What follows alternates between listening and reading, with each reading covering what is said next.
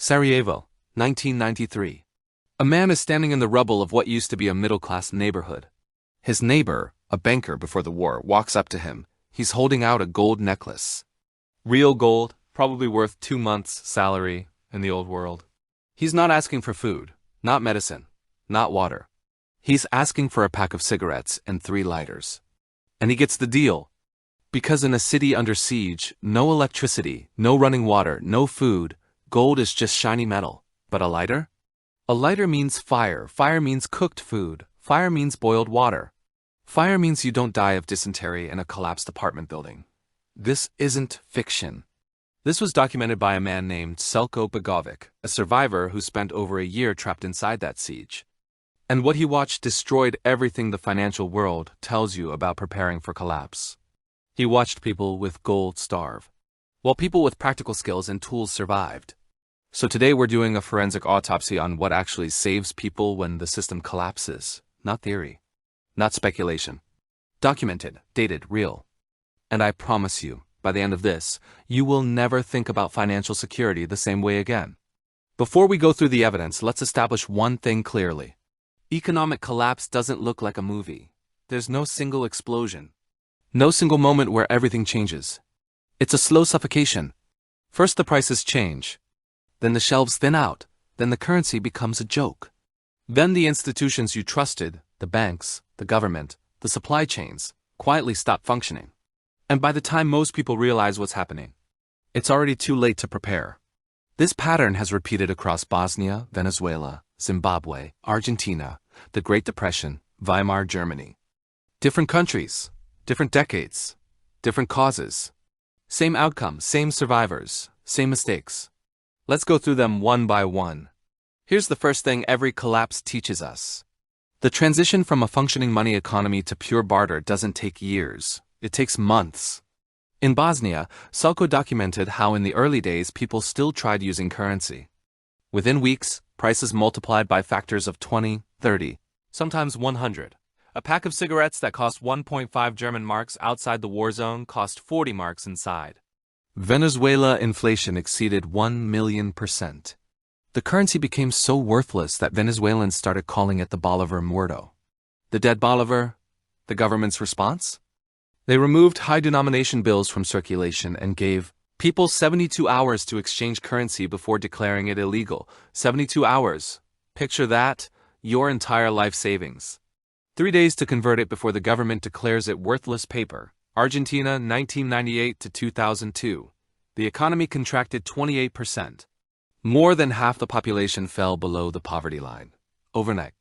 Same pattern, every time, same stages, same outcome. The people who believed they had time to prepare didn't. When the money stops working, economies don't stop.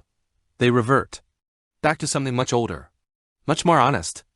In Venezuela right now, fishermen at a beach resort called Pata IMO exchanged their catch for rice and plantains brought by people walking from nearby towns. One fisherman said it directly, money doesn't buy anything. So it's better for people to bring food so we can give them fish. Farmers travel hundreds of kilometers to Caracas carrying 200 bananas, 30 kilos of yams. In the coffee-growing regions, hardware stores accept coffee beans as payment. 3 100-kilo sacks of coffee for 200 liters of gasoline. Coffee beans became currency because they're standardized, consumable, useful. And here's the brutal truth that the gold community doesn't want to hear. In this environment, gold is useless. You can't eat it. You can't burn it for heat. You can't use it to purify water or treat an infected wound.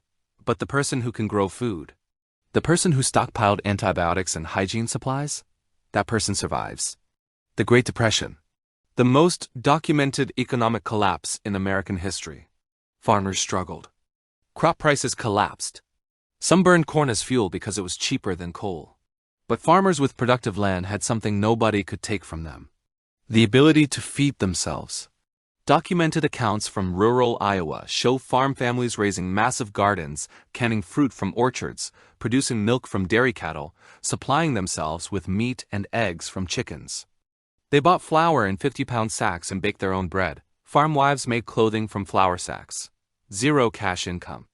Survived anyway.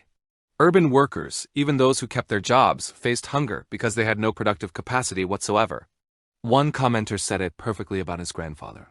He survived the Great Depression because he had a small 4-acre farm, carpentry skills, and painting skills. Not gold. Not savings, land and skills. And here's the data that makes this undeniable. During the 2008 financial crisis, farmland increased 17% in value while the S&P 500 declined 46%. Between 2002 and 2009, the S&P 500 posted negative returns in 28 different quarters. In 26 of those 28 quarters, farmland posted positive returns, not speculation. Insurance, let's go back to Sarajevo. Because Selco Begovic documented something extraordinary. But Selco issued a warning. Whatever you sell to another person in the way of a weapon may be used on you the next day. Security dominates every trading decision in real collapse. Hygiene items held remarkable value. A bar of soap that cost 50 cents before the war traded for a dozen eggs during the siege. Medicine held extreme value. Antibiotics, pain relievers, first aid supplies. People died from lack of access to basic medications that cost a few dollars at any pharmacy today. And then, the insight that changes everything. Selco recommends owning 1000 BIC lighters rather than a fuel-powered generator. Let that sink in. A generator costs thousands of dollars. Lighters cost almost nothing. Why? A generator makes noise, consumes scarce fuel, requires maintenance, attracts people who want to take it from you. Lighters are silent, portable, distributed. Losing some doesn't leave you without fire, cheap to acquire now, can be refilled. Selco had a large propane tank rigged to refill disposable lighters. He traded filled lighters for food, candles, and other necessities. Small practical items addressing fundamental needs hold more reliable value than spectacular technological solutions that can be stolen or run out of fuel. Because the precious metals community is going to hate this part. Warlords took precious metals from desperate people at can of soup value. They understood that gold would regain value once the crisis ended, but the person surrendering gold needed food today. Not future value, immediate survival. Gold produces no income. Addresses no immediate survival need. You cannot eat it. You cannot burn it for heat. You cannot use it to treat an infected wound. And in early collapse, when people are desperate for food, tools, and medicine, gold is not what they want. Here's the brutal math on farmland versus gold. Farmland average volatility from 1992 to 2020 to 6.84%. Gold volatility during the same period minus 14.8%. During periods of high inflation, farmland returns averaged 14.67% annually, more than double the average inflation rate itself. Gold sits in a safe, producing nothing, waiting for someone else to want it. Here's the part that most survival content completely ignores. A meta-analysis across 148 studies, covering over 308,000, increased likelihood of survival compared to those with weak social ties, 50%. That effect size is comparable to quitting smoking. Selco confirmed this from lived experience. He noted that almost all trades were made through private arrangements, after you got information about someone who had something to trade. One viewer commented, "The Amish community that shares and helps each other. Community is the one thing missing from most survival strategies." Exactly. In Venezuela, communities informally organized food sharing and barter networks. In Bosnia, communities organized around trusted leaders to manage security and allocate resources. The isolated household with a vault full of gold and zero community connections. They were the most vulnerable people in every single collapse. Social capital is survival capital. So what do you actually do with all of this? The historical record across every collapse ever documented points to the same 5 elements. 1. Productive land. Even a small backyard garden develops critical skills and provides meaningful food production. Start now, not when you need it. 2. Practical skills. Food production, food preservation, carpentry, plumbing. They remain valuable under any economic regime. 3. Practical goods. Medical supplies, tools, lighters, hygiene items, preserved foods. These maintain utility regardless of economic conditions and become barter currency in collapse scenarios. Community. Build relationships with neighbors now. Establish trust before you need it, because you cannot build trust during a crisis. 5. Precious metals, but last. After the first 4 are secured, gold provides no value during the crisis itself, but it may help you rebuild afterward. It is the last layer, not the first. 4. There are two kinds of people in every collapse.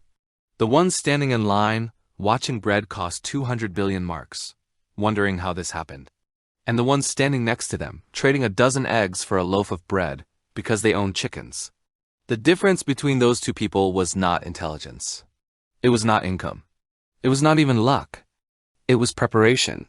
And preparation means productive capacity, practical skills, real community, direct utility. Not gold sitting in a vault waiting for a world that may never return. The historical record is not ambiguous on this point. Selco watched it happen with his own eyes. The Depression survivors lived it. Venezuela is living it right now.